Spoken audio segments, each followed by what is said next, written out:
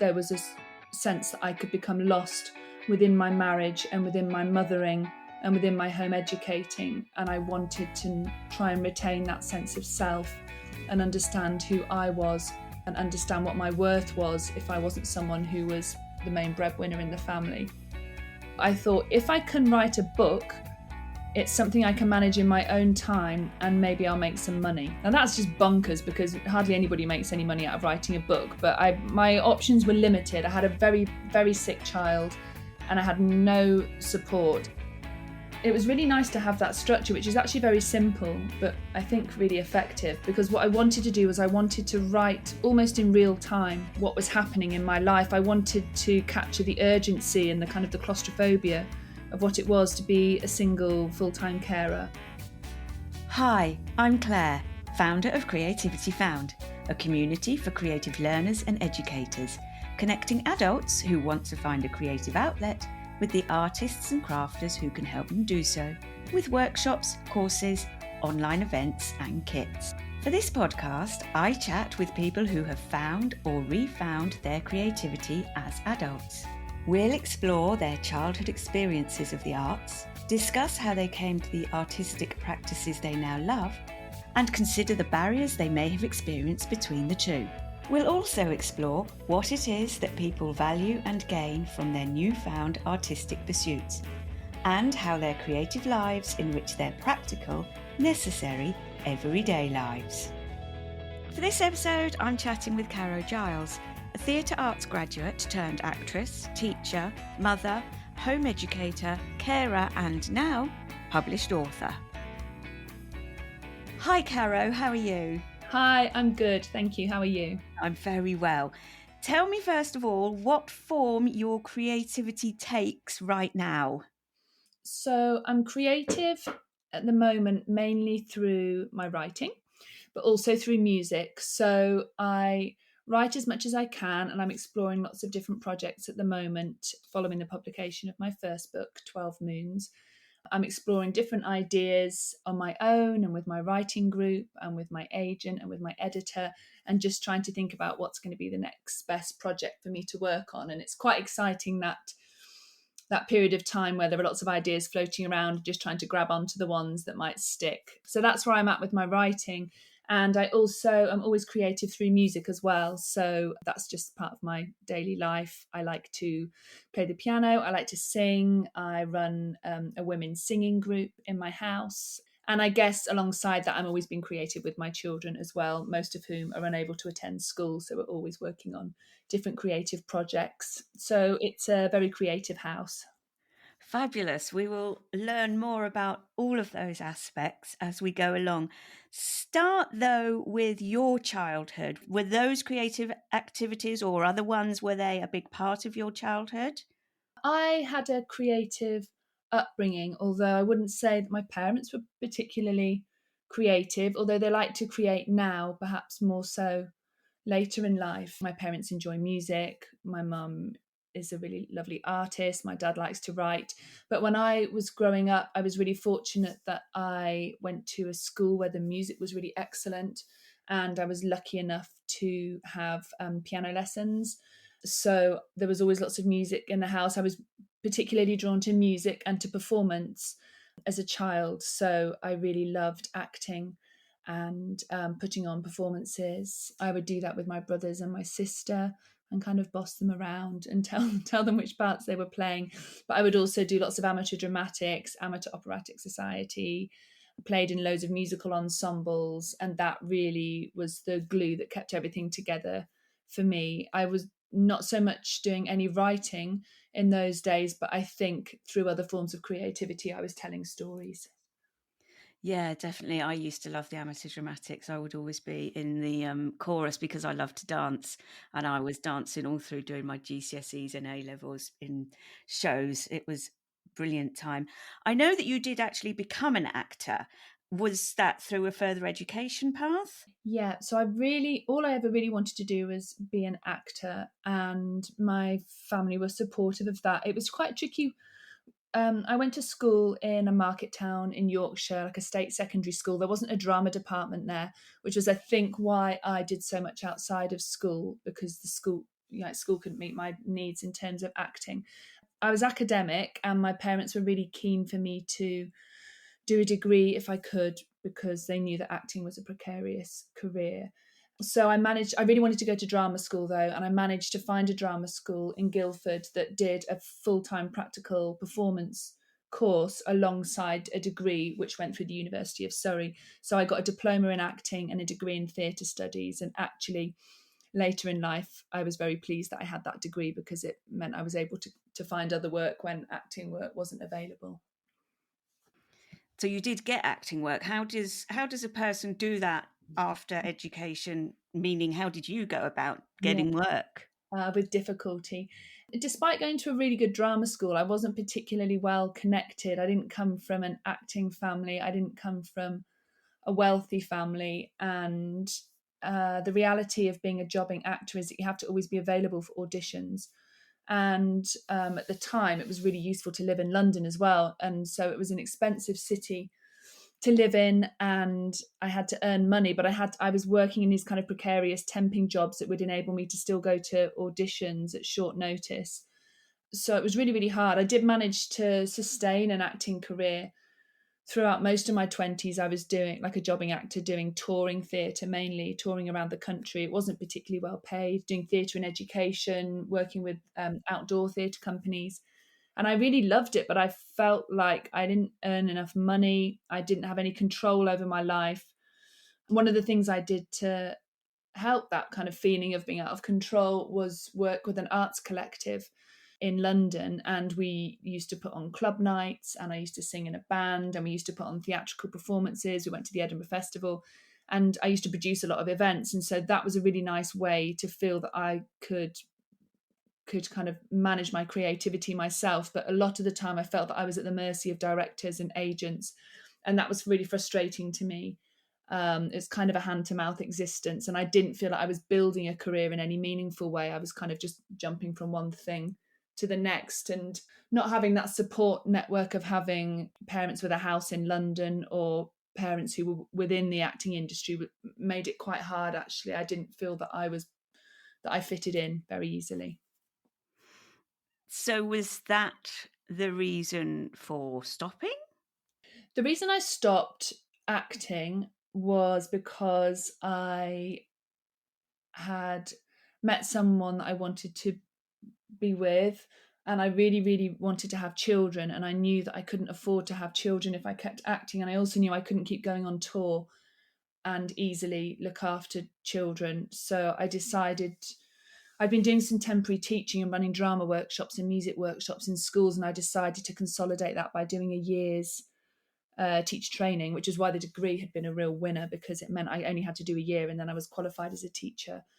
So I trained in a little primary school in London 4 days a week, and then a day at Southbank University on a Friday, which meant that I then was a trained teacher, and that has been something really helpful to step back on, and also something that now helps me to work with my own children who are unable to navigate mainstream education. So yeah, it fitted together in the end. Yeah, brilliant. Yeah, I can understand, and lots of people, other guests have said as well about when you're kind of being creative at the mercy of other people, or you're being creative for other people, and it's not kind of coming from you, although you did have that with the collective, which is good. Yeah. So once you've trained, then you were teaching. Did you go straight into teaching full time? Yeah, I was working full time at a really gorgeous little primary school just below Waterloo Station on Lower Marsh. And it was a very small primary school, incredibly diverse, really wonderful families. I really loved the pastoral aspect of that job. I loved the different people that I worked with. I felt like someone who'd come from a very white, fairly middle class town in Yorkshire. It was just a breath of fresh air, really, to be immersed in so many different ways of thinking and living. Yeah, I loved that job a lot, and was only there for another 2 or 3 years, because then I had my first child, went back to work part time, and then we moved out of London when before she was 2. So yeah, it was only a short stay in that school, but I loved it and made friends for life there as well. Really, I have very happy memories of that place. Yeah. You mentioned that you moved. Why? Where? How? So we were living in a flat in South London, me and my husband and my baby, and we'd managed to buy that flat because I was a teacher. Basically, I'd joined a scheme where I could. There was like a first-time buyer scheme, but I think I felt increased. I'm not sure how great my mental health was after having my first baby. I felt quite isolated. My baby didn't sleep at all. I think I had some postnatal OCD that was never really diagnosed, but I felt pretty rough. At the same time that I had that baby, lots of our friends moved out of London, moved abroad actually, or moved down to Brighton and places. And it just felt like our world had collapsed a bit. Everybody who'd been in the arts collective went off and did their own things. Yeah, so I felt like my support network had really gone away. My husband's job had gone a bit pear shaped. And so it seemed like a good idea to move back up north at the time towards family. And it was cheaper up there. We could afford to rent up there. So we sold the flat and moved back to County Durham, which was not where my family were, but it wasn't far away because I managed to get a full-time job as a special needs teacher in County Durham. So it was a big change because we moved from Peckham to Teesdale. And I've been working in a tiny school with primary children and then moved to a school with secondary age children whose main complex need was presented through their difficult behaviours. So the kids were often very violent and difficult. And I was just a new mum and trying to become pregnant again and working in this a very violent and male environment, very kind of typical northeastern attitudes towards things, quite old fashioned at the time. Things have moved on, I think, since then. But yeah, it was a huge transition, and also to be working full time wasn't ideal for me. I didn't want to work full time while my baby was still quite small, so there was a lot going on there, and it made it harder for me to be creative as well because I was just really busy working and looking after my child. Do you feel then that you completely put your creativity to one side, maybe because of the working, because of the family? And I know that you were growing the family at the same time. I think I was being creative through my job because I was head of music at that job, so I was doing music through my work, and helping these young people to be creative. I was being creative through my parenting. I was occasionally doing some singing. I hadn't started writing at that stage. So kind of it had been pushed to one side, but it was still being creative was still very much part of who I was. So I still would need to play the piano, I still would need to sing, I still would sometimes sing with bands, but it wasn't my job anymore. And so that my identity really changed at that point from being a professional creative to being something quite different. I don't think I overthought that too much at the time, but I think it must have been a huge transition actually, looking back on it. Yeah. And your family continued to grow. Mhm. You had more babies. Are you still working at that school throughout that time? How is generally life, everything fitting in? Yeah, I still was working part time after my second daughter and my third daughter. And after my third daughter, we moved again up to Northumberland, where I am now. And I still continued commuting part time. I don't think I stopped working at that school until sometime after my fourth daughter was born. So it was a lot. And around the time that my third or fourth daughter was born, so many daughters. My oldest daughter was unable to attend school anymore, so I would then at that point I was also starting to home educate my children. So I was home educating, I was working, and I was parenting, and it was a lot. And that's when I started blogging, and that was when that my tentative step into using writing as a form of creativity. So you began writing the blog. You've explained when that was and a little bit of why. Maybe can you Mhm. explain a bit more about the contents of the blog, why you felt you needed or wanted to write it? And was that a step towards 12 Moons, do you think? I started writing the blog, I think, to try and make sense of my life, which looked nothing like anybody else I knew. So I'd left lots of old friends behind. I was living in Northumberland with four babies, and things were quite challenging within my marriage at that point. And I was, yeah, home educating, and home educating felt like like a really radical thing to do. There weren't that many people home educating near me.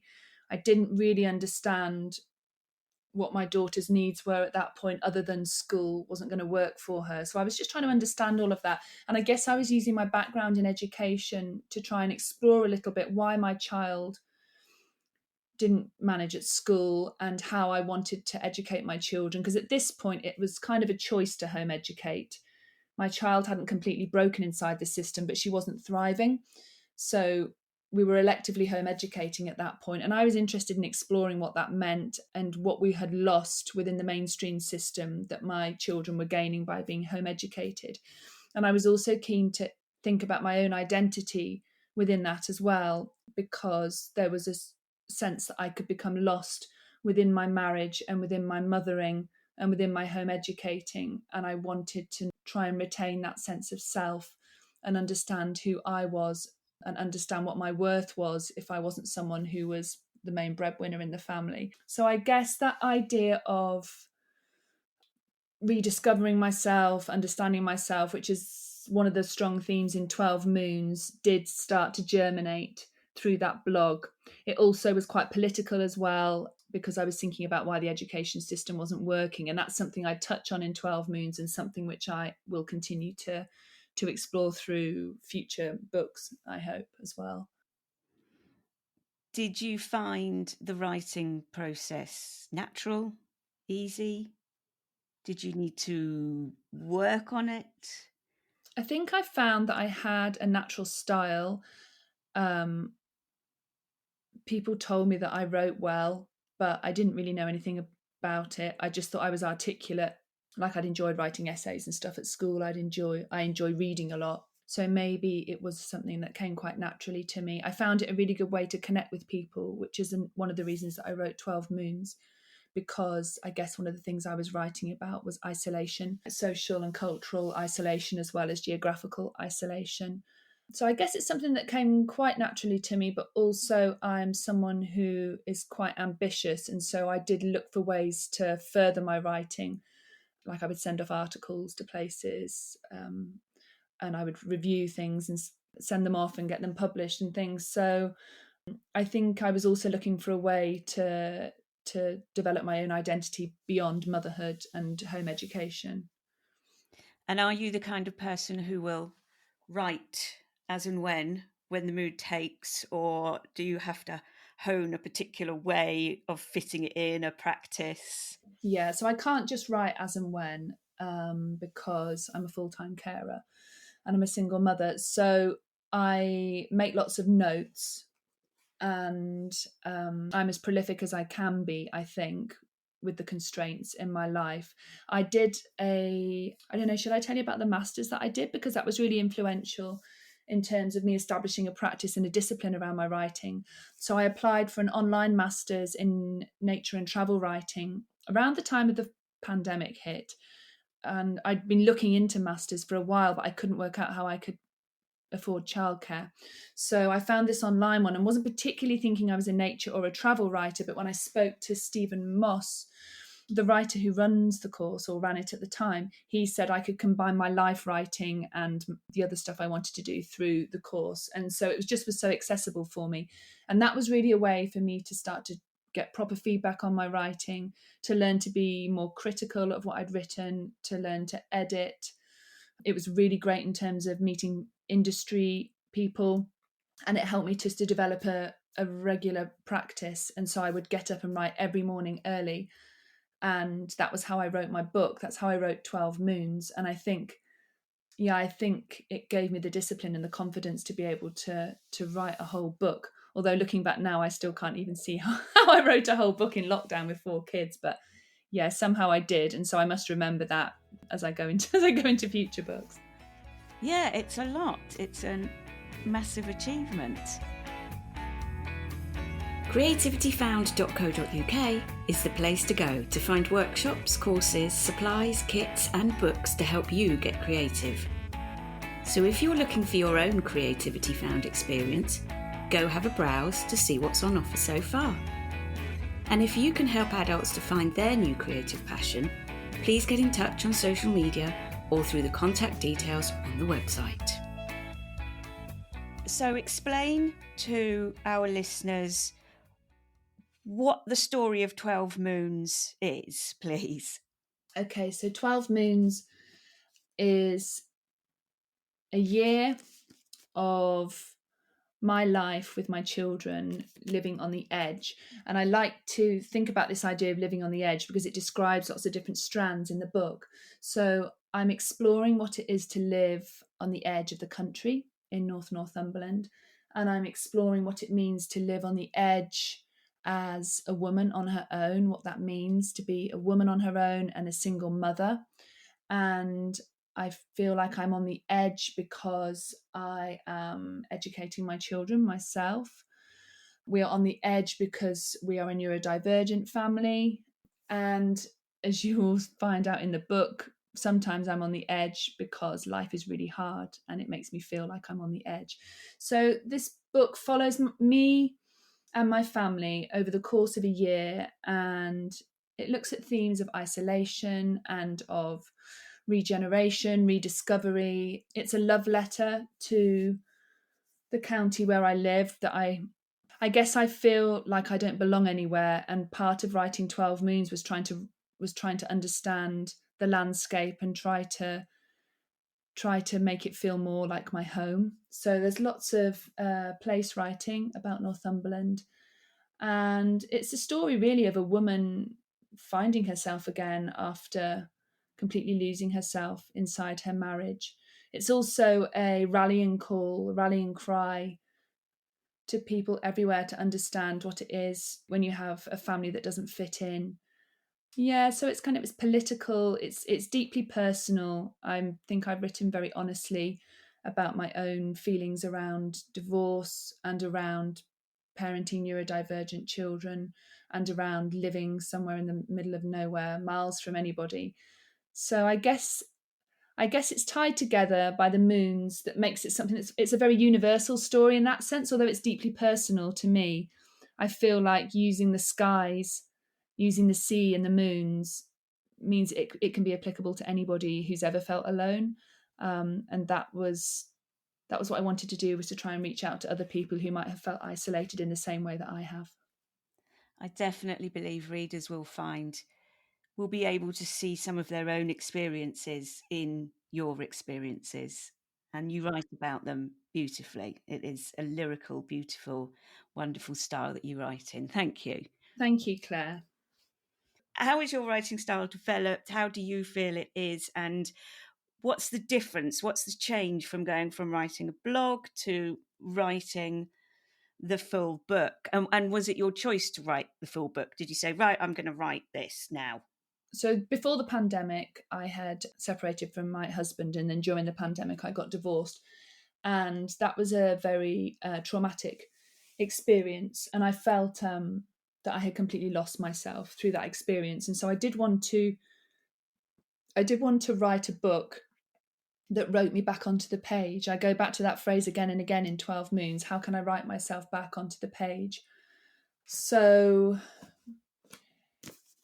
lost my thread. Had something really profound to say. What was your question? Remind me. Well, I did waffle on, to be honest. I didn't help because I started with one question and then I did another couple of other ones as well. So let's focus on, as you were just starting to address, why you said, right, I want to write a book as opposed to my blog. Okay, so I wanted to write a book for practical reasons and emotional reasons. I wanted to write a book because I found it very difficult. Part of my course was having to pitch articles again and again. There was lots of administration involved, and I found it very difficult to fit that kind of the job of a journalist, which was one of the aspects of the course, in with my role as a full-time carer. So I thought, if I can write a book, it's something I can manage in my own time, and maybe I'll make some money. Now that's just bonkers because hardly anybody makes any money out of writing a book, but my options were limited. I had a very, very sick child and I had no support. I couldn't leave the house to work, so I had to find a way to earn some money. So I thought, I'm going to write a book. So that was the practical side of it. And then I wanted to had this idea of writing myself back onto the page. And I was originally going to do that by running a long distance running route from Scotland down to Northumberland, exploring this idea of being a woman on her own, weaving in some of the nature stuff that had interested me on my course and some of the things about my local landscape that I really love. And then the lockdown started and my daughter got really sick, so I couldn't leave the house. And so I was looking for another way to hang that story. And eventually, after lots of thinking and living and being, I came to the idea of each month being a moon. It was really nice to have that structure, which is actually very simple, but I think really effective, because what I wanted to do was I wanted to write almost in real time what was happening in my life. I wanted to capture the urgency and the kind of the claustrophobia of what it was to be a single full-time carer, and how I managed to extricate myself from my role as a mother and a carer. And so that worked really, really well. I managed to write most of it in real time. And the rest of the time when I couldn't write, I was making notes frantically and then going back and filling those bits in. So that way of writing just really fitted in with my lifestyle, because I was writing what I was living. It's like I really am a life writer, not a nature writer. The reason there's so much nature in 12 Moons is that I live in a very rural location, and my children respond really well to being out in nature. And I was writing about my mothering and about my life. So I guess that's why I don't call myself a nature writer. It's just that my life at the time was full of nature, and it meant a lot to my very, very poorly daughter that we were in the sea a lot. So I guess, yeah, there were practical reasons and emotional reasons for writing 12 Moons. And also I'm very stubborn and like a challenge. So I think I wanted to prove to myself that I could actually write a book. Yeah. And you did. Yeah.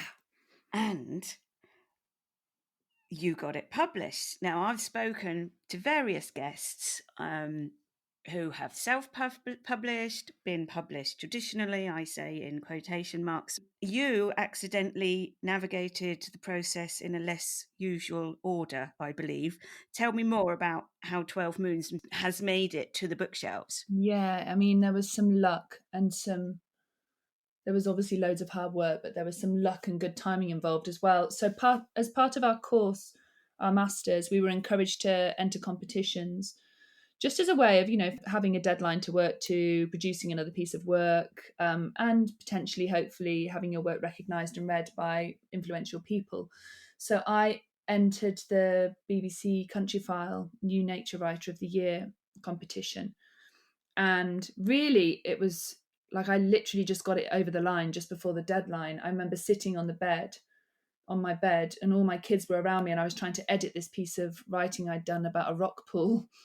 And the kids were talking and cuddling and rolling everywhere. And I was thinking, oh my God, this is absolutely ridiculous. I'm just going to fire it off anyway. I was pleased with it as a piece of writing, but it just seemed improbable that anything would happen because everything was so chaotic around me.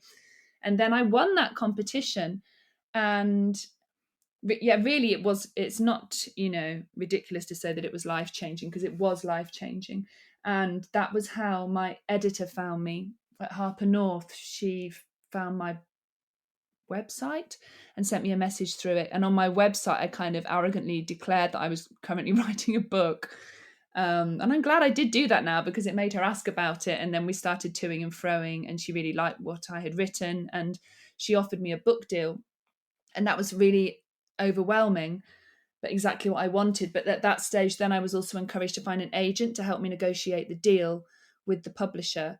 And so I had a bizarre, frantic few days where had a book deal on the table, but still couldn't get through the door with any agents, because it just was so hard to contact any of them. And eventually the publisher introduced me to a few agents, and through her communication, I was able to be offered representation by several agents, and then found this agent who I'm working with now. And so, yeah, it was really intense, like really wonderful, but also everything happened all at once, having been very slow and just me on my own for a long time. Now 12 Moons is available to buy in shops, and that's a really beautiful miracle, which is a result of a lot of hard work. But yeah, it's kind of, can you see how luck and hard work kind of merge there to Absolutely. competitions are crazy, really. They're just, it's just someone's opinion. It doesn't necessarily mean anything, but it can mean everything to the person who wins, because it just can put them in a position where the right person has read read their words. So I'm really grateful for that. Yeah, exciting. And there's a bit of the slow and the quick as well, where you've been writing in real time over the 12 moons, and then the next bit is quick, quick, quick. This is going to happen now. Very interesting contrast. The thing of it being a memoir and being very personal, and then all of a sudden it being picked up and it being taken out of my hands, that was a very interesting process to me, but one that was managed really well by my publisher and my agent, so I was fortunate to have their support. And what about your feelings around lots of other people reading it? I was good about lots of other people reading it. I was less good and much more worried about people close to me reading it. That was difficult. But in terms of lots of people reading it, I was fine. My main concern was that I had not represented my autistic daughter's lived experience sensitively and appropriately. And I worked really, really hard to ensure that that was the case, both with my daughter and with another autistic writer and with my publisher and everything. That was my concern, was that I had done a disservice to the autistic community. But feedback has suggested that I haven't done a disservice. And so, other than that, I was really happy to say anything about myself, but anything that was related to my children or my ex-husband was challenging. And so I had to work very hard to make sure they were protected. Yeah, that was the tricky bit. Yeah, no, I obviously encourage people to read the book to understand how you did that, Mm, to thank you. see the ways that you've done that, which are fabulous. What about the future then, and continuing to write, and also continuing to be able to fit that in to still homeschooling? I'm not sure if you're homeschooling all of your children now, but what's coming up in the future, and how do you make that work still with family life? So I have 3 children learning at home and 1 child learning at school. There is a lot of administration and challenge involved with 2 of the children's education and healthcare needs. So that's a constant battle in terms of how much headspace it takes up, as not to mention all the physical kind of appointments and administration and the facilitating the learning. So I think the challenges moving forward will be, because I don't think many of these challenges will go away anytime soon. I am constantly fighting for diagnoses, for funding, for understanding, for recognition for my children, for all those things. That I think that will be ongoing. I don't think that we have an education system that is fit for purpose for some of my kids, and that's just an ongoing thing. I think the upside of that is that I will use my creativity to raise awareness of that and to try to effect change. I've got several creative projects on the go. One of them specifically focuses on trying to explain what life is like for children who cannot fit into school and why this country is not meeting those children's needs. So it's personal and it's political, and that's something I would like to work on. I also want to continue to explore stuff around female identity through memoir and life writing, so that I've got another idea for a book that's more based on that, which is more about me, because it's hard to write about your children and there's only so much I feel that I can do that. So I'm keen to kind of explore other things as well. And then maybe I would think about doing something completely removed from all of that and try something new. So lots of different ideas, but how I will manage it is by getting up early and by just continuing to try and bash out a few hundred words a day until I get to a book, because I know I've done it once before, so I know I will be able to do it again. But from where I'm sitting now with only a few thousand words under my belt, it feels like a lot, but it's kind of sustaining to me and nourishing to me as well, to be forced to carve that time out. And I think it's also really good for my children to see me carving out a career despite time being so precious and despite systems being so stacked against me and my family. Me writing the book has been something really positive for all of us and our home. So yeah, I'm just going to keep doing more of the same, I think. Fabulous. How can people connect with you? So I'm often hanging around on Instagram or Twitter, and my handle is at Caro Giles Writes. Also tentatively looking into Threads, but who knows where that's going. People can also email me at carogileswrites@gmail.com, and my link tree is also all up there on my socials as well. So please get in touch and tell me what you think, or tell me your own stories. I wrote it to connect with others, so I'd love to hear from you. Fabulous. Thank you so much, Caro. Thanks, Claire. I've had a lovely chat. Thanks for having me. You're welcome. Thanks so much for listening to Creativity Found. If your podcast app has the facility, please leave a rating and review to help other people find us. On Instagram and Facebook, follow @Creativity Found Podcast, and on Pinterest, look for @Creativity Found. And finally, don't forget to check out creativityfound.co.uk, the website connecting adults who want to find a creative outlet with the artists and crafters who can help them tap into their creativity.